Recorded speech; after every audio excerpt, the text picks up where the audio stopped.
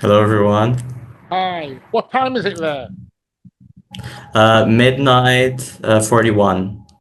And is it the same for both of you, the same time scale? Yes, yes, Hope you both got of a us. very large alcoholic drink with you. Yeah, we Oh, have. This is this has been a very interesting Saturday night. Yeah. then you should get out more. Yeah. Okay, the floor is yours. Okay, thank you very Okay, much, Paul. so yeah. Hi everyone. So we would like to, first of all, we would like to thank everyone who is attending this presentation and also thank everyone who is involved in organizing this event, this conference. This presentation is based on a text that was co-written not only by both of us, Rafael and I, but also by Eduardo Camargo, Jean-Pierre Caron, who happens to be right there right now, Rafael Saldanha, Gabriel Tupinambá, Anna K. Winters, and Yuan Yao in the context of the subset of theoretical practice, which was a group we were affiliated with in the past couple of years. In the text, we will begin with an exposition of two important aspects of our work. First, we will elucidate the concepts of real abstraction and social synthesis. Second, we will show how these concepts can be related to world systems theory and what are the theoretical gains in doing so. And finally, third, we will use these theoretical movements to set some new research agendas that show both the contemporary relevance of these two frameworks in dealing with technology and our ecological crisis. So now my friend Rafael is going to read what we wrote about Zonretto's work. So Rafael, the floor is yours. Thank you. Okay, thanks everybody. And so beginning with Zonretto and real abstraction and the concept of social synthesis. In intellectual and manual labor, Zonretto develops an innovative reading of commodity exchange, since he demonstrates how it is a phenomenon that beyond the purely commercial domain grounds social relations on the logic of value. The arguments in intellectual and manual labor can be encapsulated as follows. Commodity exchange entails a process of abstraction not only between use value and exchange value, but an intellectual separation between objects and their physical properties. Second part, the abstractive movement is similar to our conceptual thinking, since it engenders an ideal abstraction the same way that, for instance, Greek philosophy and modern science as well are known for. This argument then is enough to demonstrate how commodity form has the ability to unfold social effects originated by a similar process of abstraction, unveiling an unique ideological operation in exchange and simultaneously presupposing the emergence of ideal abstractions as conceptual thinking. And this will be determinant to the division between a pure intellectual activity and its opposite, which is manual work. And this is, of course, a distinction going back to Aristotle and everything.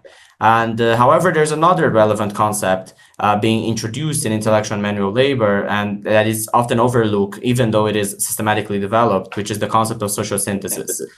As a concept, you will see social synthesis in the book operating on two levels. First, it appears as a logical principle that is unique for capitalism and as a fundamental condition of all human organization, where the division between production and distribution is a problem that has to be dealt with and that reflects different social structures and that is solved within different societies in a very different manner. Social synthesis thus represents a unified social whole, viewing the capitalist world as a totality and promoting the specific connections within a society governed by commodity logic. So we have two sides here, right? That's why we call this a two-layered concept in a way. And what makes it a very striking concept is that it elucidates at the same time how commodity exchange uniquely bridges the gap between production and distribution precisely through by real abstraction. And in that case, it synthesizes the social by transforming a society structure and temporarily resolving this contradiction. And therefore, commodity exchange not only serves as an actual economic mechanism, but also functions as a unifying act that binds the diverse social phenomena. And this double-layered format allows it at once to make a transhistorical question also, and a historically specific one. The transhistorical being if the problem between production and distribution is a general problem observed in other societies, how is this problem solved comparatively versus how it is like solved in capitalism, right? And this treatment of and what is striking here as well is how these different structures that are not uniform or homogeneous are united under one logic, even if it's a fractured one. And it is precisely this treatment of totality that resonates with world systems theory, as we will talk about it. And for now, however, it is enough to consider that the coexistence of different types of social forms that are simultaneous and manifest themselves on the same social whole, that is, on the same society of capitalist appropriation. And such coexistence can be regarded, for example, in Sonretto's analysis of the way in which the division between head and hand makes the capitalist division of labor emerge. Sonretto is faced with the problem of the social division of labor, not to explain the chains of production, distribution, and consumption, but also addressing the underlying forms which objects, practices, intellectual and material processes assume in a given social horizon. Social history, in this sense, is not only a history of how people socially divide and combine productive processes in different ways, but a history of how different social forms are articulated, since local and heterogeneous types of labor can coexist together in a social whole that reproduces itself. And Mirian will enlighten us a little bit with world systems theory here. Yeah, so this idea of a whole or of a totality also appears in world systems theory. It is true that a comparison between Sonretto's work and the world systems perspective does not go unchallenged. One could criticize this approach by arguing that the orthodox Marxist dialectics of use value and exchange value is not so relevant for world systems theorists, as well as the hypothesis of real abstraction that links Greek philosophy and money relations.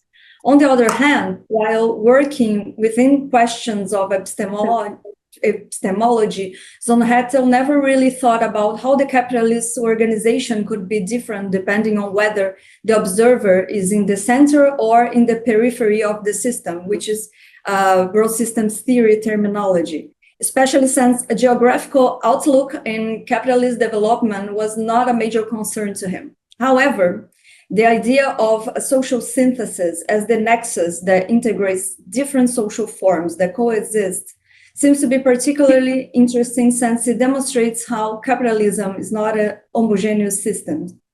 One valuable aspect of world system theory is placing capitalism on a global scale, offering a time-space framework. So combining Brodelian historical concepts with Marxist ones,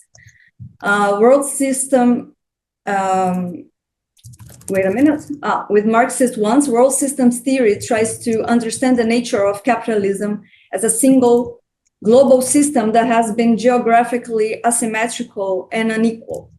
So according to Brodel, capitalism is grounded on a geographical imbalance. First, it has a center of gravity. Normally, it's a city or a state where merchandise, capital, credit, people, instructions gravitate. Second, irradiating from the center, marginal zones are organized in a concentric and hierarchical way, like extensive regions forming a geographical articulation, always around and oriented from the center. This division is going to be determinant for Wallenstein's definition of centers, semi-peripheries, and peripheries.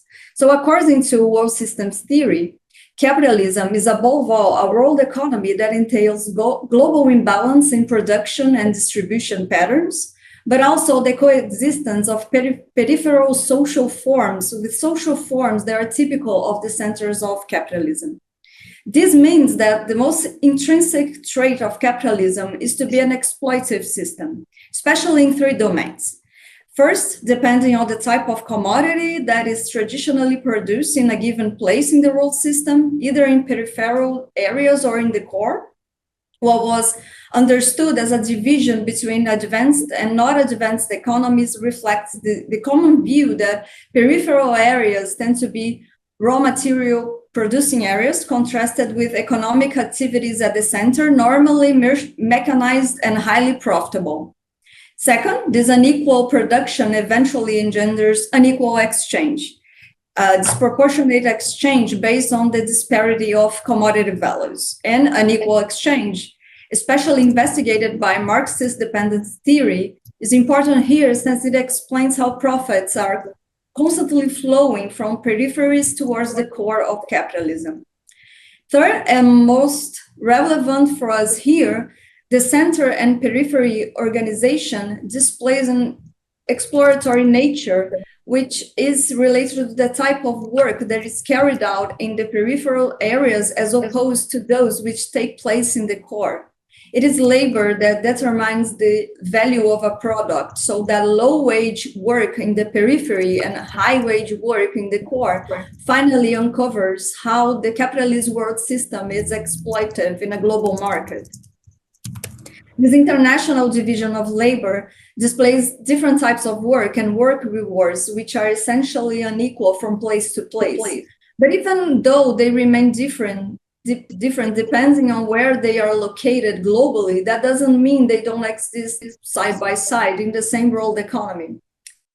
This is what explains, for instance, how the most exploitative type of work with irregular forms of income with no labor laws and sometimes comprehending extractive rural activities exist in peripheries the same way that in the capitalist core. By contrast, a high-wage labor takes place, that is, formal work performed by people with high skills and qualification, along with regular incomes and a protective labor legislation.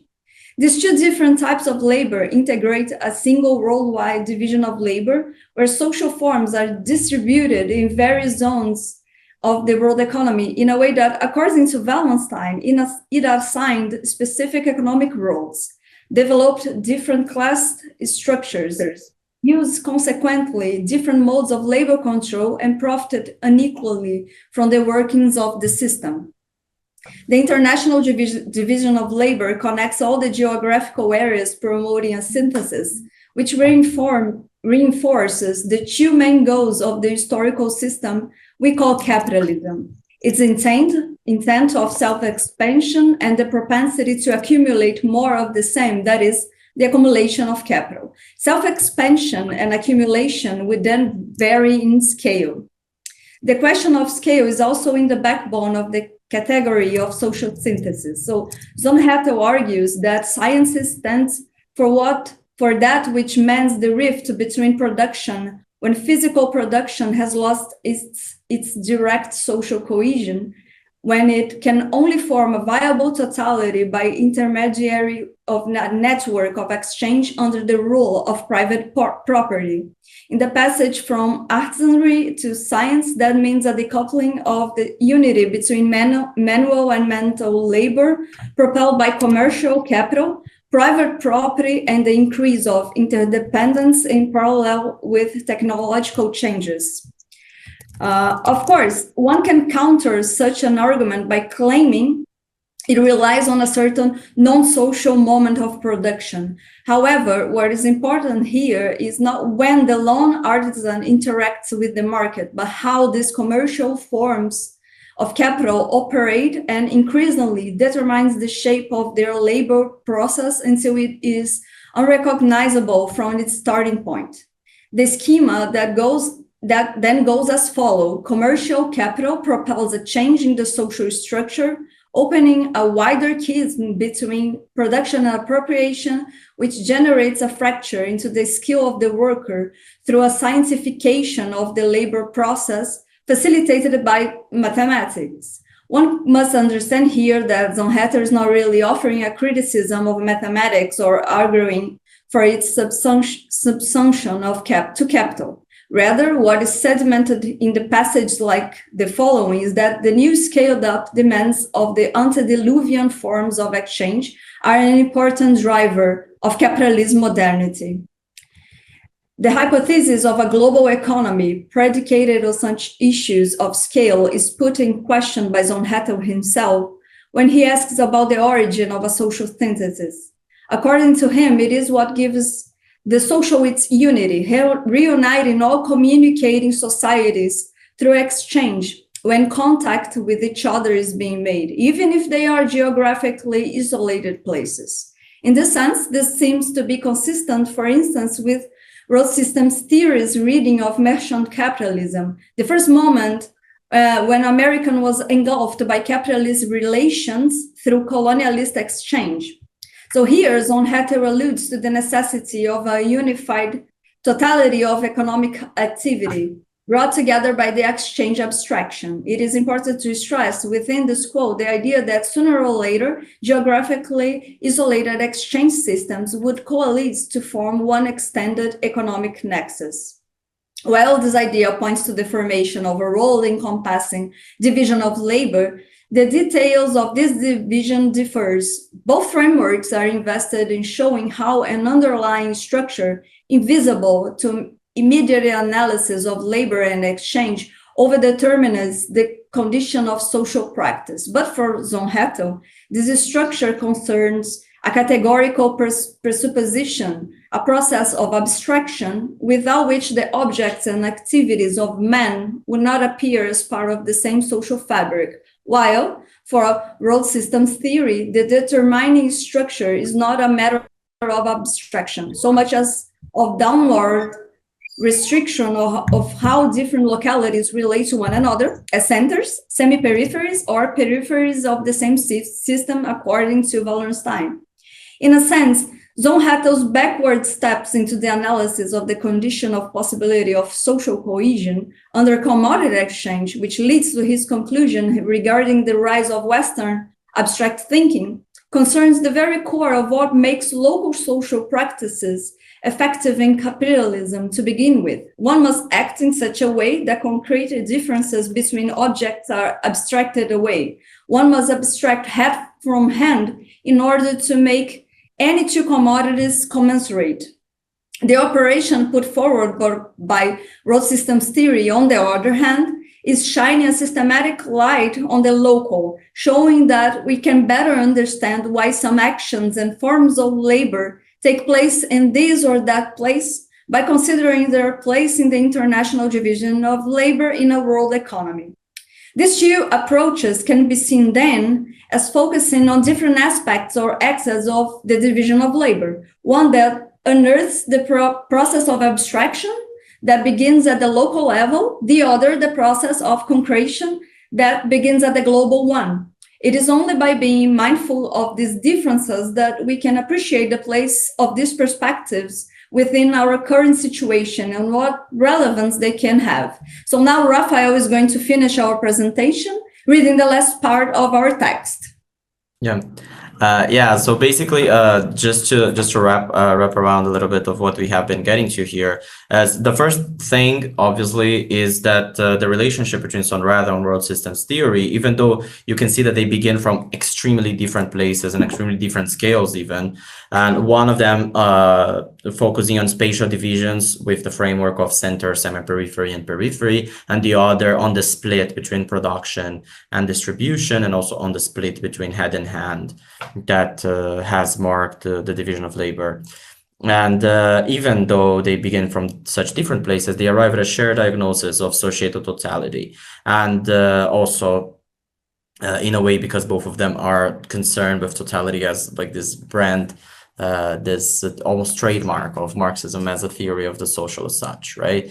But to apply these frameworks to the world that we live in on the fourth world revolution, we must focus on this shared concern about them, which is something that has a little bit, has seen some disappearance from the centrality of it, which is the division of labor as such. And we're very glad, and this is where this whole idea came from, which is when we saw that world systems theory was one of the places in which theory was unwaveringly concerned about the division of labor and the return of Sonrado as like an important theorist. There's also another instance of like concerns and the theoretical discussions around the division of labor were actually resurfacing.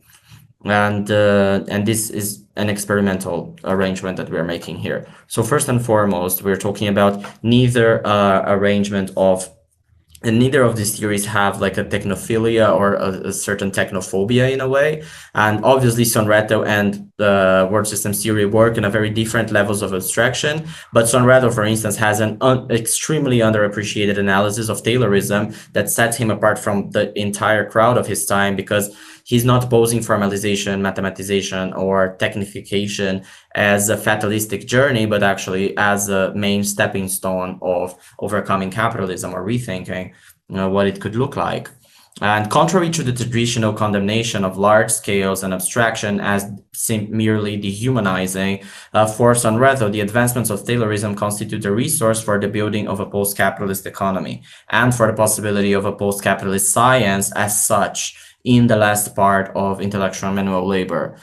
Sonredo notices that capitalism has two logics of equivalence at work at the same time that are imbricated in this scaling up of the world that world systems theory diagnoses.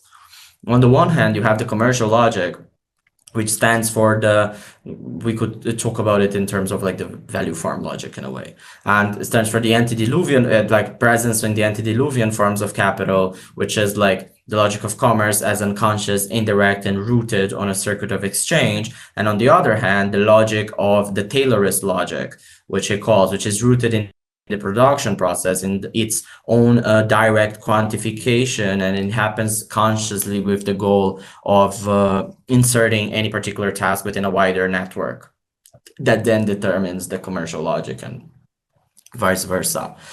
So while in Sonredo these categories are tethered to the idea of different logics, their embodiment is precisely the business of world systems theory. In her historical book, Beverly Silver, who's a very important sociologist for world systems theory, worked together with Wallenstein and Arhigi, and she highlights how the political opposition from labor movements ends up tying laborers together against the logic of production in their local spots, which leads to movements within the core periphery, semi-periphery of many industries, and like changing actually the way capitalist accumulation works, and also how the political scene of these countries work. And she uses the automobilistic industry as an example for that. And on the other hand, in the same manner that the Taylorist logic becomes a driver for Sonredo, techniques is revealed as a main driver in the process of constructing capitalist social synthesis and social synthesis in general, insofar as it mediates the gap between production and distribution, cited as a transhistorical issue. There's textual evidence of that, for example, when he talks about like the counting techniques in ancient Egypt, they're based on like tying knots, but also in the way he talks about Taylorism. So that allows already for the tying of social synthesis and techniques. So the concept of social synthesis allows for a thought about techniques that, instead of the beginning with an assumption or beginning from the concept of the human, running the risk of inflating the relationship between the human and techniques, or like inflating the issue of the definition of what the human is from the first place, can begin from another point of view, which is the point of view of social organization of the schism between production and distribution, while also maintaining the relationship between techniques and epistemology without losing sight of like the division of labor.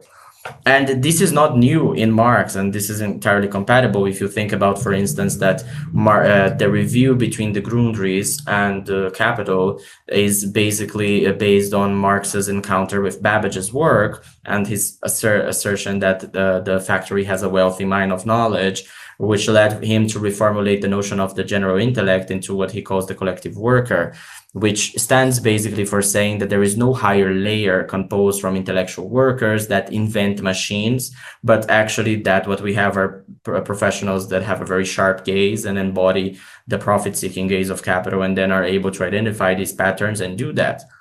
And this reappreciation of these theoretical lineages would not only be a matter of a different starting point, but a reiteration of the division of labor and its effects in the global economy, reintroducing it as a central point without which technology cannot be understood. And this is something we see that is missing in a lot of the contemporary readings of technology. And in the No Scope Manifesto, Matteo Pasquinelli and Vladan Joler state that the division of labor is an antediluvian form of machine learning, which is what we have to deal with today, unfortunately or fortunately, where procedures emerge and start being formalized. So stated plain and simple, this means that the division of labor is congealed within the technical structure, again, something that is extensively developed in Capital. And another step we take here is to claim that there is a synthesizing technical structure when we talk about social synthesis, a concept we're not set on, but that that is not really just an abstract conceptual apparatus, but every social synthesis entails its own ensemble of machines and arrangement of a particular metabolism of nature, with managing flows of energy and information distributed among a geographical separation of center, semi-periphery, and periphery. And the history of the industrial revolutions, for instance, is a story of transformative separations between energy and information. The first revolution, for instance, saw machines powered by energy, like the separation between energy and information, where the workers just did the informational gesture based on sources, basically on carbon-based sources.